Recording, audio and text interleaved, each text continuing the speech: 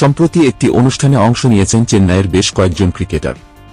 অধিনায়ক ঋতুরাজ গায়কোয়াড় এবং শিভাম দুবে ছাড়াও আরও উপস্থিত ছিলেন পাথি রানা। অনুষ্ঠানে মুস্তাফিজের সঙ্গে সম্পর্ক নিয়ে প্রশ্ন করা হয় তাকে। জবাবে লঙ্কান এই পেসার জানান, মুস্তাফিজকে কাছ থেকে দেখার পর ভালো মানুষ মনে হয়েছে তার। পাথি রানা বলেন, চেন্নাই দলে আসার আগে আমি তাকে চিনতাম না। আমি তার সঙ্গে কখনো কথা বলিনি।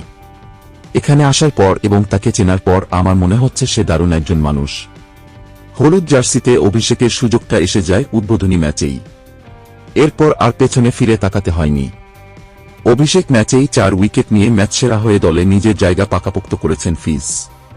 চোট সারিয়ে পাথি রানা দলে ফিরলেও বাদ পড়েননি ফিজ। বরং 2 পেসারে বোলিংয়ে শক্তি বেড়েছে চেন্নাইয়ের। উল্লেখ্য, চেন্নাইয়ের হয়ে দারুণ ছন্দে আছেন মুস্তাফিজ। এখনও পর্যন্ত 5 ম্যাচ খেলে 10 উইকেট শিকার করেছেন টাইগার এই পেসার। তবে দেশে ফেরার সময় ঘনিয়ে আসছে মুস্তাফিজের। শুরুতে 30 এপ্রিল পর্যন্ত এই পেসারকে আইপিএল খেলার ছাড়পত্র দিয়েছিল বিসিবি। এরপর ছাড়পত্রের মেয়াদ আরও 1 দিন বাড়িয়েছে বোর্ড।